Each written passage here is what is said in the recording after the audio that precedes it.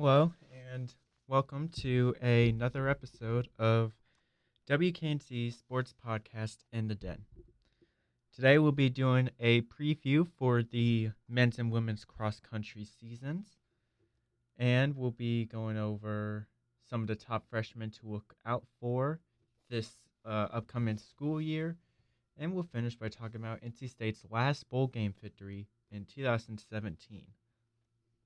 So, get get your headphones on, get ready to listen, and I hope you enjoy it. As always, we'll start off with our sports, particularly men's cross country. They'd finished unranked and seventh in the ACC Conference Championship, seventh in the Southeastern Regional rankings as well. Brett Gardner, who was the big star for this men's cross country team, has now graduated from NC State, finishing 122nd in compiled rankings for the NCAA championships. Some other finisher in the national championships is soon-to-be graduate John Malik, who finished 35th in the conference with a top 30 finish in the Hockey Invitational, the Adidas Cross Country Challenge, and the 3,000-meter indoor track and field ACC Championships.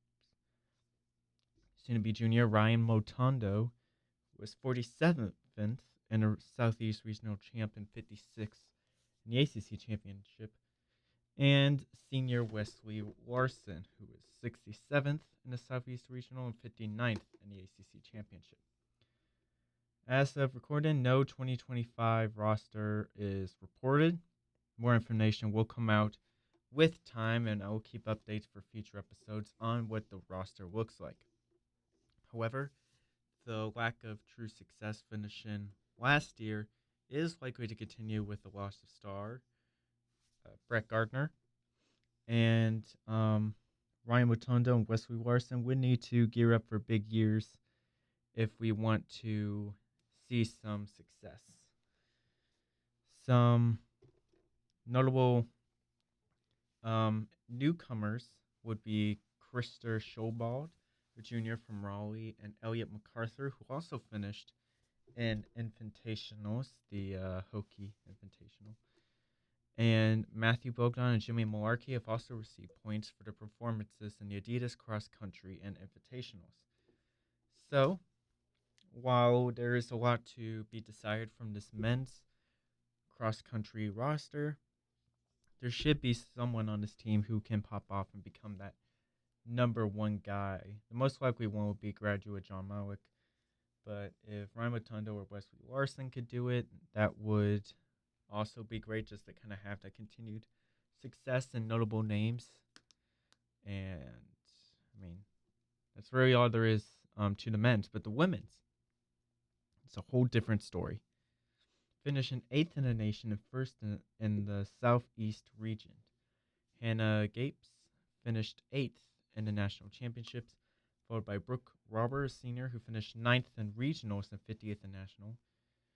Ellie Shea, sophomore, who finished 29th in conference. Angelina Napoleon, sophomore, who finished 43rd. Track and field star as well. Grace Hartman, the NC State Athlete of the Year, finished first in regional, conference, and finished 5th in national championship. The majority of the athletes listed will return to continue NC State's legacy with, despite them not winning their fourth straight, they still have won 3 straight from 2021 to 2023.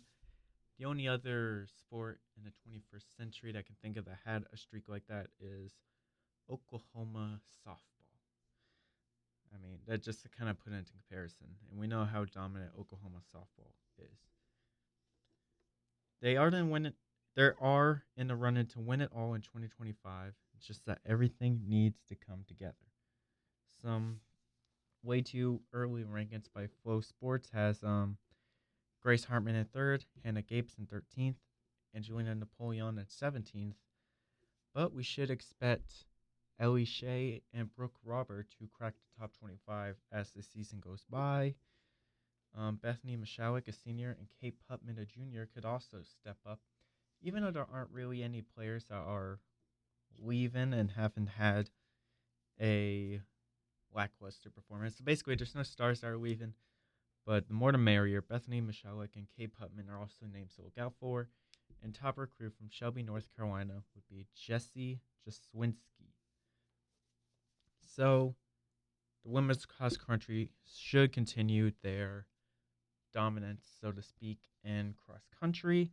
It's just, getting back into that running for the national championship. All right. Now we'll go on to some of the top freshmen to watch out for this 2024-2025 season from all the notable sports and even some of the smaller ones as well.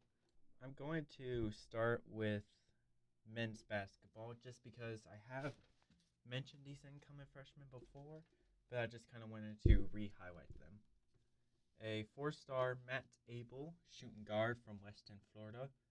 Swiss says 6'5", 175 pounds. His shooting prowess is impeccable, and that was a key part of his scouting. But he did have issues with defense in that it just wasn't really anything special. His weight may be concerned, but he can drive it to the rim and dish it out, which is necessary for a Will Wade offense where there's a lot of kind of going, like doing a drive and then kicking it out or going in for the score. Even though Matt Abel himself might not be doing it, he might be more of the guy who sits out, catches the ball, and shoots. He's a really good catch and release shooter if he can get his feet stable. He will need some development if he wants to become a staple 3-and-D player in the offense and defense. But it's going to be hard to ignore his offensive productivity. And while he may not crack some minutes early on, I do expect by the end of the season he will be, at the very least, a starter. And the other notable freshman for NC State basketball men's is Samika Williams, a center from Arden, North Carolina.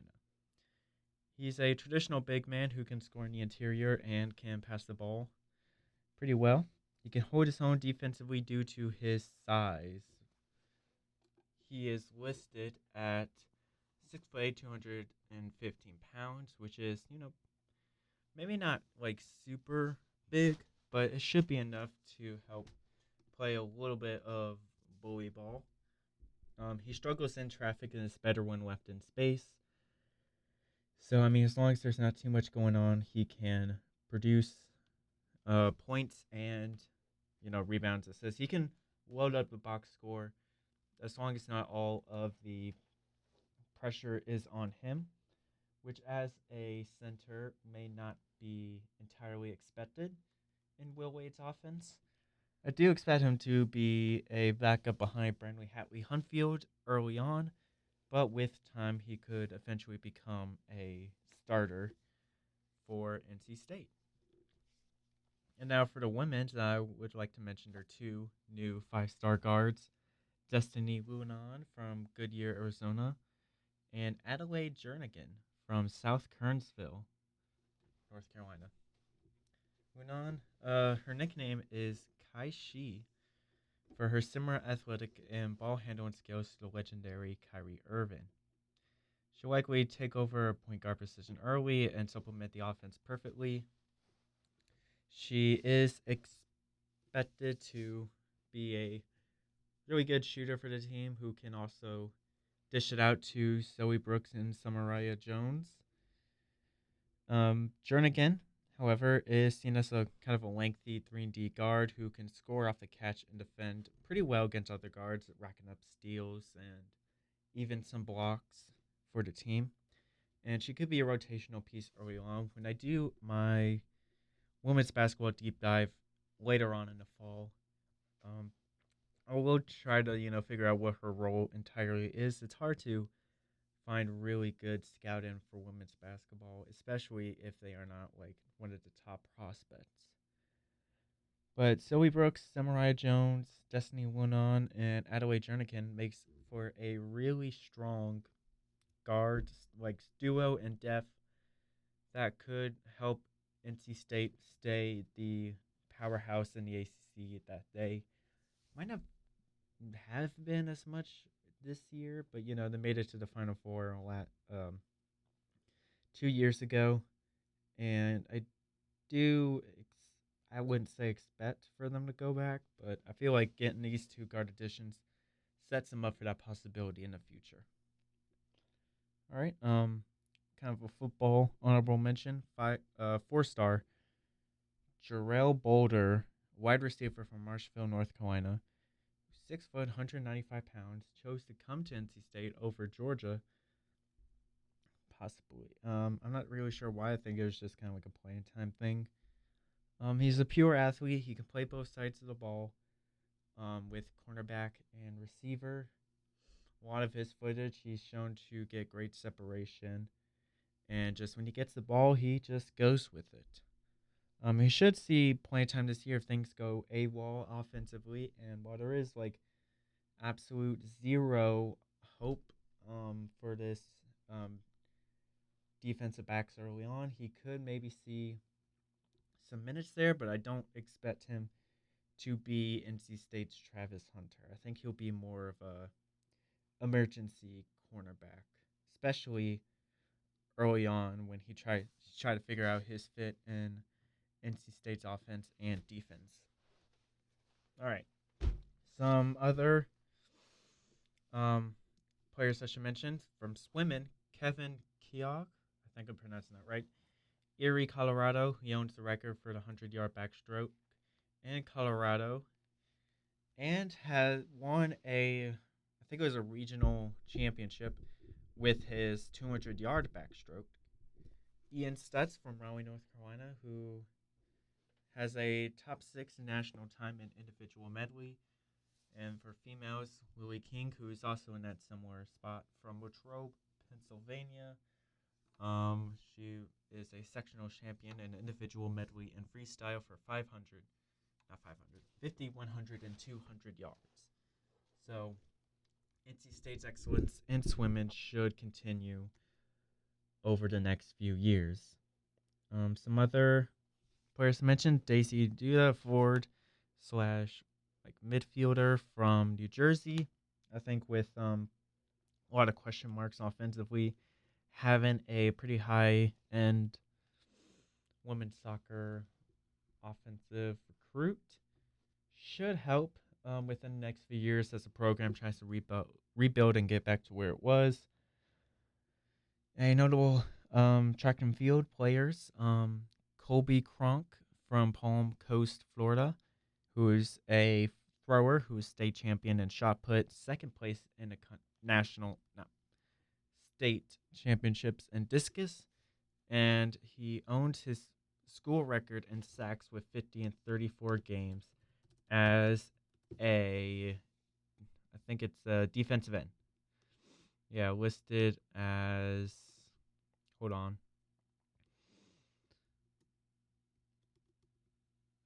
I don't see his height and weight on the bio at NC State's website, but just know, I mean, he's a big dude. He's going to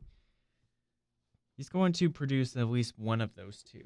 Time will tell which one. And female track and field athlete to mention: Sadie Engelhart from Venture, California, long distance runner who was second best in the country and broke the record for indoor mile time with 4 minutes 28 seconds. That was beat, however, by the number 1 athlete in that spot who went to BYU. I don't remember her name.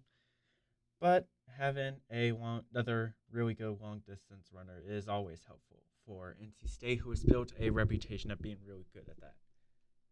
That's something for a future episode to kind of go more in depth about that. But that is just some of the future freshmen that I would like to highlight for NC State coming into the 25-26 school year. Now we'll be going over the last bowl game victory, the 2017 Sun Bowl against Arizona State University. NC State has lost the last 5 bowl games it's been in, not including the canceled 2020 Holiday Bowl versus UCLA. We'll be going over NC State's last victory, what the program looked like then. Sun Bowl is one of the oldest bowl games still played, having its first iteration in 1935. It's usually played on the last few days of December at the stadium of the same name in El Paso, Texas for the UTEP Miners. I feel like I'm going a little fast. This will be Arizona State's fifth appearance, their first since 2014. They are 4-1, their last loss being in 1940 versus the now Division III team Case Western Reserve. This will be NC State's first ever appearance at the Symbol. So let's take a look at NC State during this time. Dave Doran on his fifth season as a head coach for NC State. You have offensive coordinator Eli Drinkwitz, who is now the head coach for Missouri, and you have defensive coordinator Dave Huxtable.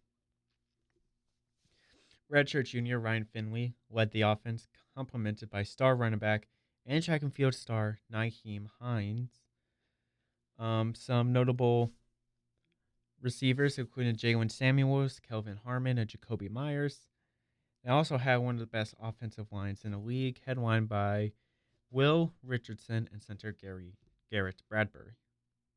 Defense is loaded with Bradley Chubb, Kentavious Street, Justin Jones, and D.H. Hill, highlighted a loaded front seven, anchored by Jermaine Pratt, even though he doesn't get as much minutes then as he does now. As in years later. Gerard Fernandez and Arius Moore, some of the other notable linebackers. On the back four, Jonathan Alston and Nick McLeod rack up deflecting passes to complement Sean Bone and Jarius Moorhead. They would start the season unranked, but with notable upsets against the FSU Seminoles, which it was, Jameis Winston just left last year before Jimbo Fisher was fired, starting quarterback DeAndre Francois. They also upset the Lamar Jackson-led Louisville Cardinals. I mean, to be fair, Bobby Petrino, but that's neither here or there. They jumped as high as number 14. However, losses against Brandon Wimbush's Notre Dame, the star-studded number 6 Clemson, will help them slide out of the top 25, even though they will sneak back in after demolishing UNC to finish the season 8-4, ranked 24th in the nation. Arizona State, in this context, is in their 6th year under head coach Todd Graham.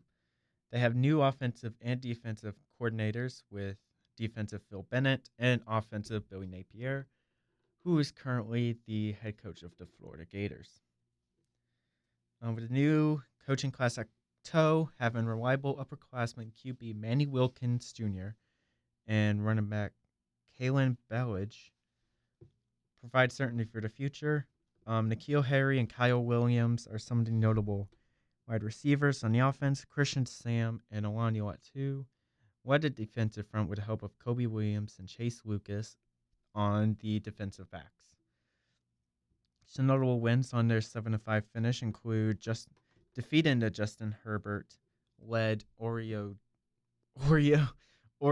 Ducks, number 5 in the country Huskies, blowout wins versus Arizona and Oregon State to close out the regular season. So how did the game go? Chances are you probably don't remember the score. Let's get through it. I'll show you how this goes. In the first quarter, Manny Wilkins fumbles early in the game to help Ryan Finley lead with a huge pass to Stephen Lewis to get inside the red zone.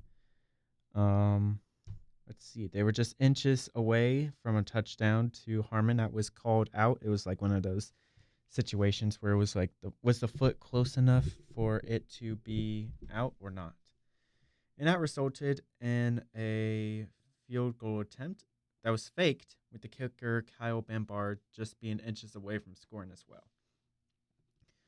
Arizona State leads a drive that doesn't even hit the 50-yard line due to a few drops and a pass deflected by defensive lineman Roseboro and another sack by Gerard Fernandez.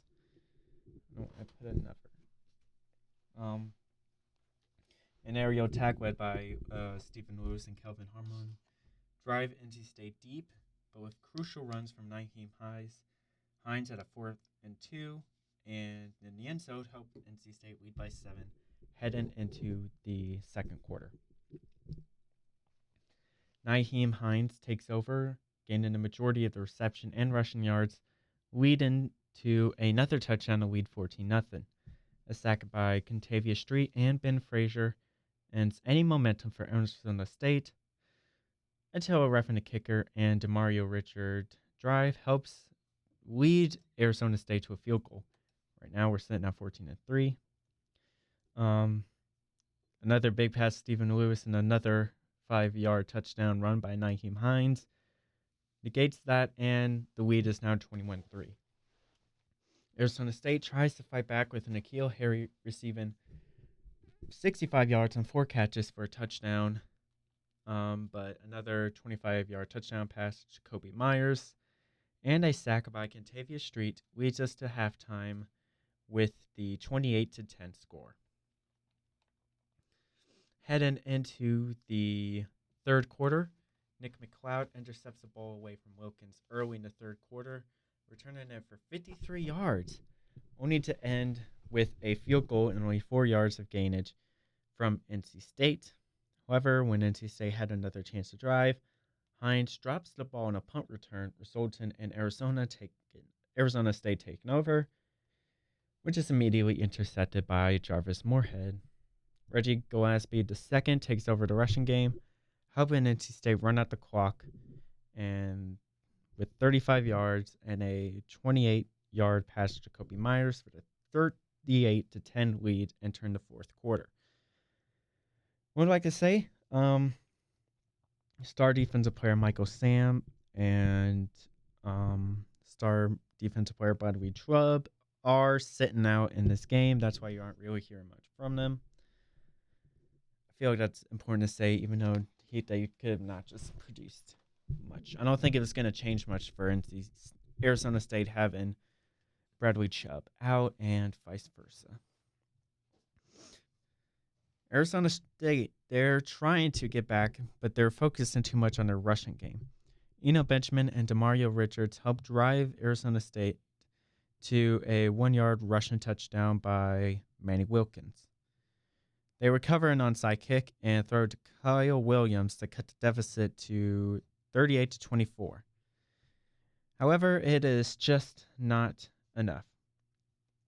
Deaf players like Reggie Gillespie and Jalen Samuels, I don't know why I put Jalen Samuels as a deaf player, but they get most of the yardage on NC State's next touchdowns with one throw to Samuels and then ran in by Gillespie to end the game with a 52-31 score and a Wilkins interception for Arius Moore.